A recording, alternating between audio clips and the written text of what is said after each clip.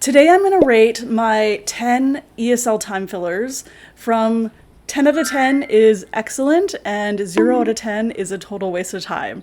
So let's get started. Hangman or Spider? I'd give that maybe a 2. It's mostly a total waste of time. I know it's kind of the default that many teachers do, but it really works on almost nothing except spelling of one single word and the names of the letters in English. Chaos. So sometimes it can be tempting if you have a few minutes at the end of class just to let chaos reign.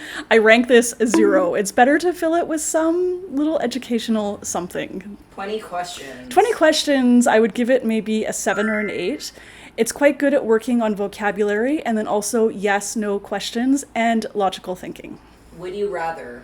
Would you rather? I'd give it maybe a 4 or 5. It's kind of fun and entertaining, but it can kind of get boring if you do it for more than like 2 or 3 minutes. Just a minute.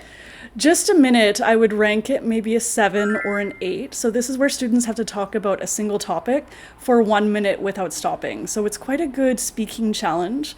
And if you want to push it to a 10, put students into small groups and then the other students in the group have to listen and ask a follow-up question. And that gives it a 10. Board race. Board race, so this is where you divide students into teams and depending on the size of your board and the size of your class, and then maybe you could say like, write down something yellow, and students write down, something they race. Maybe they write sun or banana, something like that, and the first team to write it down gets a point. So I would give this maybe a 9 or 10 for children. They are all about writing on the board, and it's quite fun. It's like listening comprehension, writing ability, vocabulary. For adults, I'd maybe give it a 3 or 4. They care less about writing on a whiteboard. Category.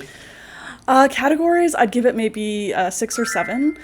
It's quite good for working on vocabulary. So this is when students write down the alphabet, A, B, C, D, E, and then they go in groups and they have to write down a word that belongs to a category. So for example, fruits and vegetables or food or something like that. Reading time. So comprehensive reading time, I would give this probably a 10. It's such a good activity if you have some books that students can borrow and read in class. And you can do it for 10 or 15 minutes a class, and it's excellent for vocabulary and grammar acquisition. Boggle. Boggle, I'd give this maybe a 5 or a 6 if you played the game before. It's good for vocabulary and kind of fun, but it's not ideal for lower level students who they'll struggle to make words beyond, 2 or 3 letters. Name 5 things. Name 5 things, I'd give this maybe a 7 or an 8. It's actually such a simple time filler activity. So you just say name 5 fruits and vegetables, and students race to write down 5 fruits and vegetables, and the first team to write down the 5 is the winner. I think that's it. Are those all my 10? Perfect. So those are my time filler activities.